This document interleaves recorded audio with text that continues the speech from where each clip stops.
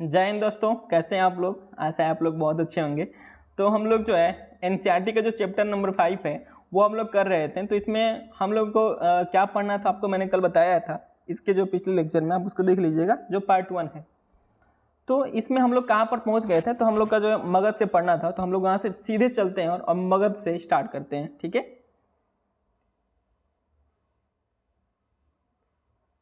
ये चैप्टर जो है हम लोग के एग्जाम के लिए इम्पोर्टेंट है, क्योंकि जो है जो आने वाले जो साम्राज्य है ना, तो उसमें क्या किया गया है कि उसका जो बेसिक है वो आपको यहीं से मिलेगा। हम लोग क्या कर रहे थे इसमें, तो ये हम लोगों ने इसमें पढ़ा कि जो है कैसे जो है राजा जो है, राजाओं का पहले जो है वोटिंग नहीं होता था। फिर राजाओं का हम लोग जो है 50 साल पहले से वोटिंग कर रहे हैं, यानी अपने शासक का वोटिंग कर रहे हैं, अपने राजा का वोटिंग कर रहे हैं।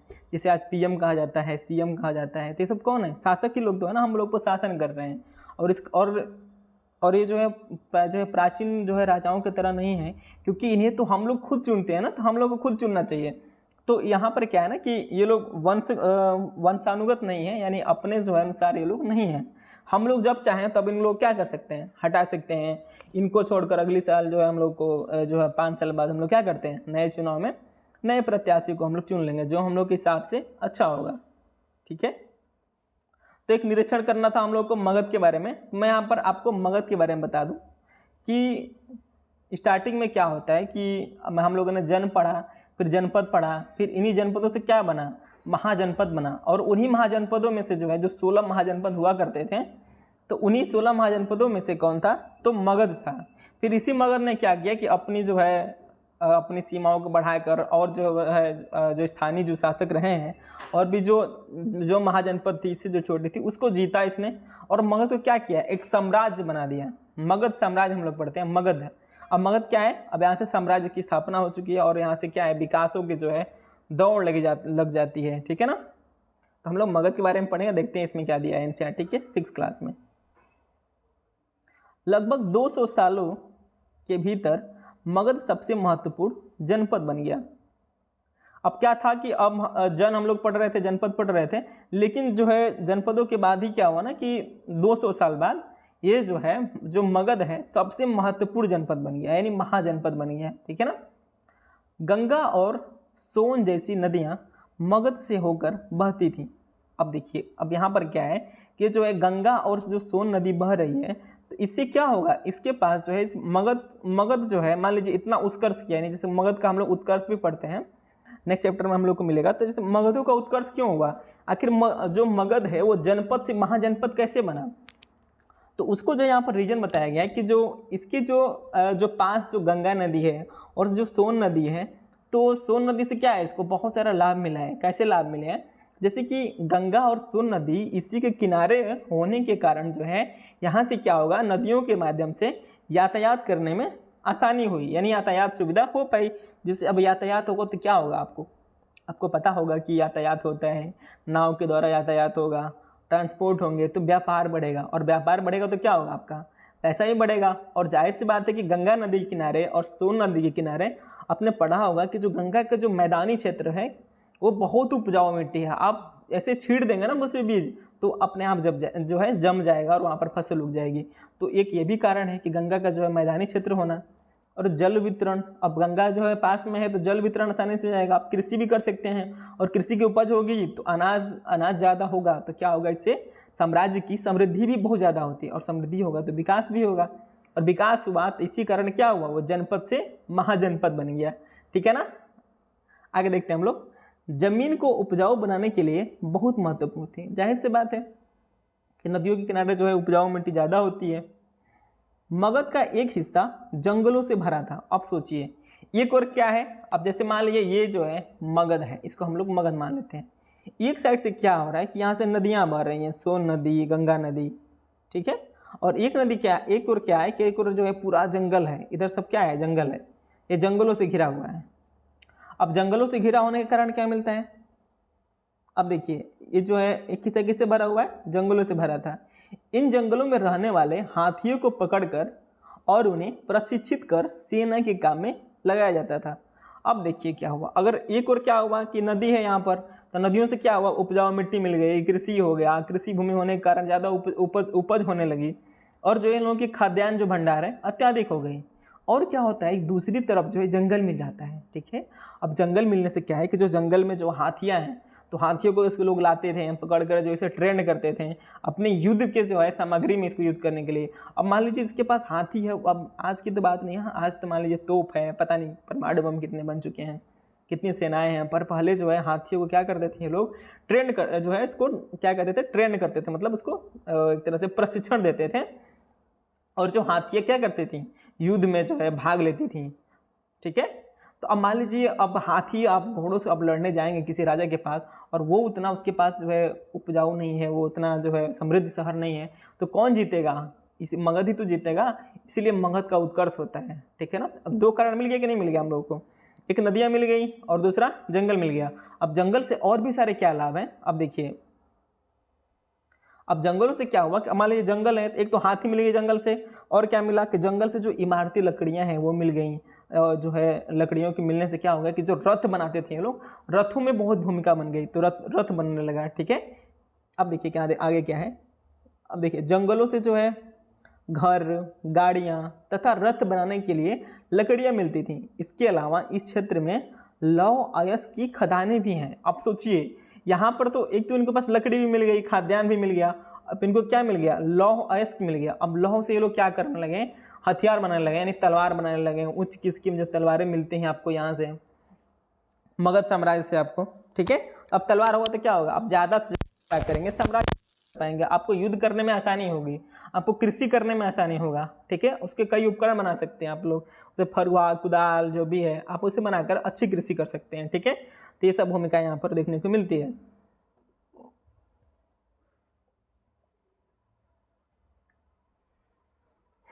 और अयस्कों से जो है आप मजबूत औजार बना सकते हैं, हथियार बना सकते हैं। ठीक है, अब आगे देखेंगे हम लोग।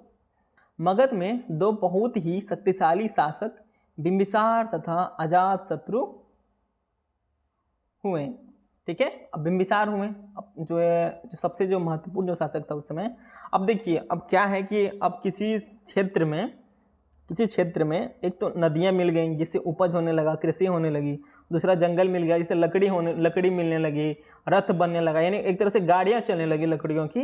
तीसरा तीसरा क्या मिलता है कि खादान मिला, खदान। ठीक है, खदान जिसे आप कहते हैं, किसका, अयस्कों का, लौह अयस्क का। इससे क्या बन गया, हथियार बन गया। और सोचने वाली बात यह भी है कि एक यहाँ पर क्या हुआ, एक जो महत्वाकांक्षी राजा, शक्तिशाली शासक जो बिंबिसार है, उसका भी यहीं पर जन्म होता है।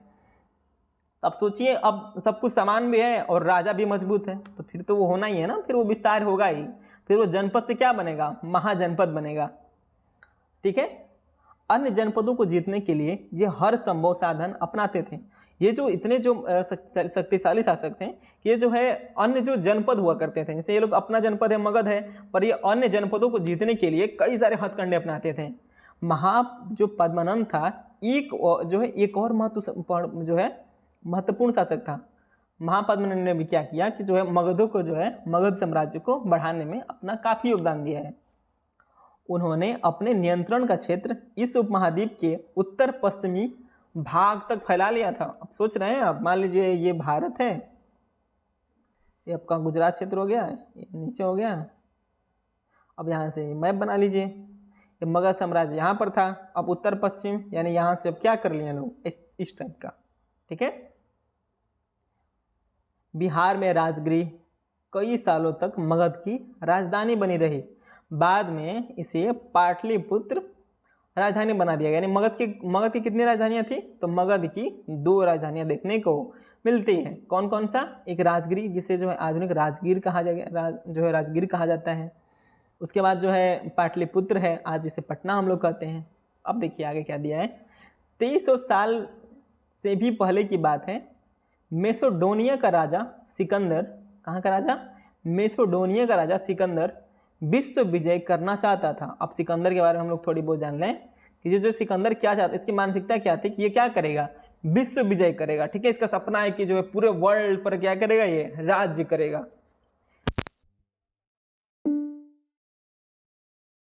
It's 7:39 p.m.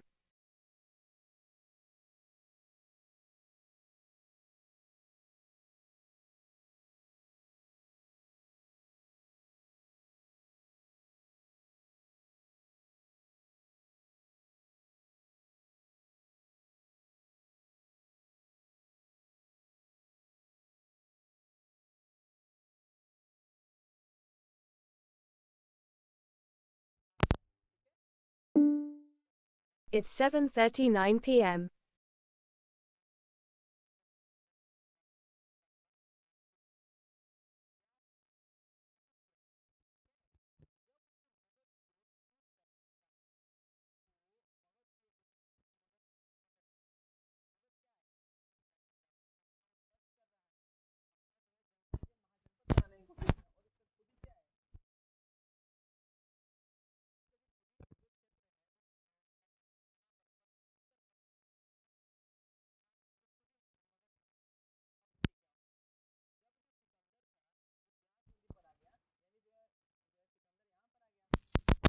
के बाद क्या होता है कि जब वो के सिपाहियों ने इनकार कर दिया, जो सिकंदर के जो सिपाही थे उन्होंने क्या है कि हम लोग मगध पर नहीं जाएंगे। वे इस बात से भयभीत थे कि भारत के शासकों के पास पैदल, रथ और हाथियों की बहुत बड़ी सेना थी हुआ करती थी, वह अपने आप में बहुत जो है महत्वपूर्ण थी। पर उन लोगों को खबर मिला, उनके सैनिकों को, कि जो है मगध में ऐसे ऐसे जानवर हैं कि ऐसे 10-10 लोगों को ऐसे उठा It's 7:40.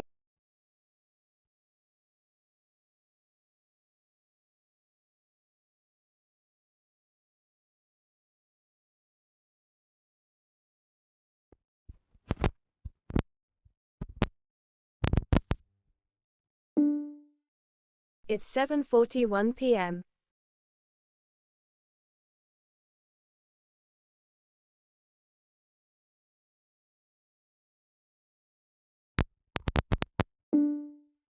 It's 7:41 p.m. It's 7:41 p.m. राज्य है। लेकिन जो है, जो इस समय का जो गणराज्य हुआ करता था, हम लोग जब बात कर रहे हैं कब की बात हो रही है, ये लगभग 600 BC की लगभग बात हो रही है, यानी जो है 1 AD से 600 पहले की, 600 साल पहले की बात हो रही है। तो जो ये लोग, जो वज्जी जो था, जो गणराज्य हुआ करता था, ये गणराज्य मैं बता दूं कि उस समय का जो गणराज्य हुआ करता था ना, तो वो आज के भारत जैसे गणराज्य तरह नहीं था। वो गणराज्य कैसा था,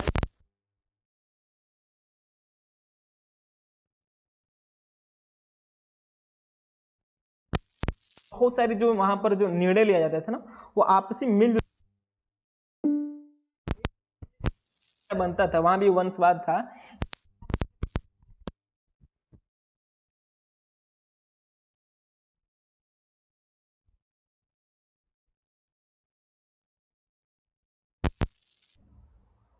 मगध एक शक्तिशाली राज्य बन गया था, हम लोगों ने पढ़ा है। उसके नजदीक ही वज्जी राज्य था, जिसकी राजधानी कहाँ थी, वैशाली थी। यहाँ एक अलग किस्म की शासन व्यवस्था थी जिसे गण या संघ कहते कर रहा है यार, ठीक है।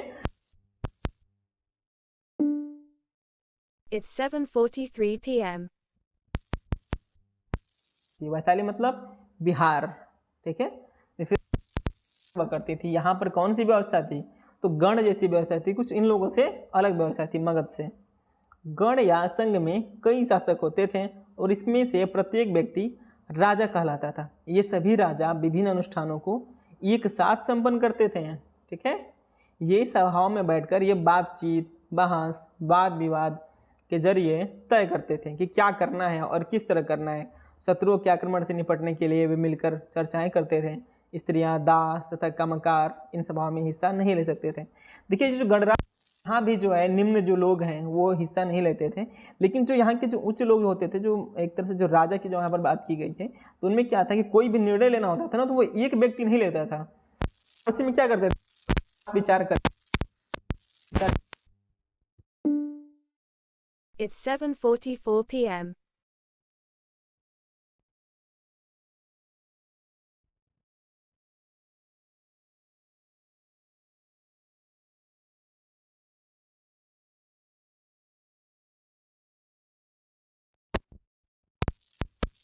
ये जो है मगध है, ठीक है। एक और मगध है, अपना साम्राज्य अलग ही बना रहा है और इसकी जो व्यवस्था कैसी है, राजतांत्रिक है। लेकिन इसी के बगल में यहीं पर कोई वज्जी नाम का राज्य है जहां पर वो अपने आप को जो है गणराज्य दिखा रहा है और इससे जलन होगा तो क्या करेगा ये चाहेगा कि इसको जो है आक्रमण करके इसको जीत लें और इसको नष्ट कर दें। It's 7:45 p.m.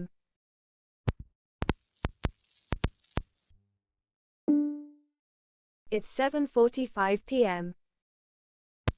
राजा हुआ कर देते हैं इसे। It's 7:45 p.m.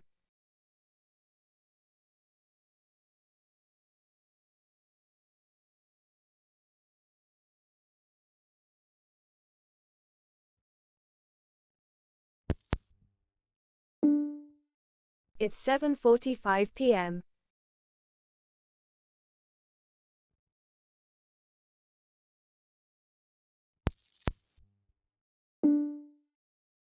It's 7:46 p.m.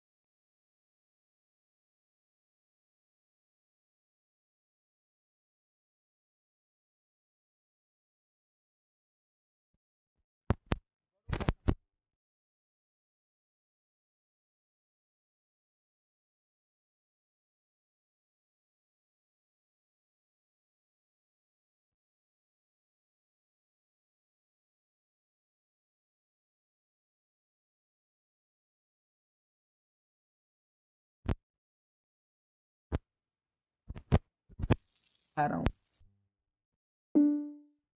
It's 7:47 p.m. नहीं ठीक है। It's 7:47 p.m. कैसे पूछ कि जो अजात शत्रु थे क्या करते थे, वो वज्जी संघ पर आक्रमण करना चाहते थे। आपको मैंने बताया राजा थे, राजतंत्र था, वो क्या चाहते थे कि जो गण वाले जो हैं, जो संघ वाले हैं, उनको हम लोग खत्म कर दें। तो ये क्या करते हैं, अजात शत्रु जो है अपने, इनका जो मंत्री था, जो क्या नाम था, वस्कार, इसको जो है गौतम बुद्ध ये पूछने के लिए कि मैं जो है वज्जियों पर कैसे जीत सकता हूँ, कैसे जो उस पर आक्रमण करके उनको खत्म कर सकता हूँ। तो जो है गौतम बुद्ध बताते हैं कि आप जो है वज्जियों को तब तक खत्म नहीं कर सकते हैं कि जब तक जो है वज्जियों में एकजुटता रहेगी। आपको उसको खत्म करने के लिए वज्जियों को उसकी एकजुटता खत्म करनी होगी। और क्या था वज्जी संघ में, ये लोग महिलाओं का सम्मान करते थे। तो ये लोग जब तक महिलाओं का सम्मान नहीं करेंगे, उनकी जो है जब तक उनके साथ जोर जबरदस्ती नहीं करेंगे, यानी उनके साथ जो शोषण नहीं करेंगे, तब तक जो है आप उस पर जीत हासिल नहीं कर सकते हैं।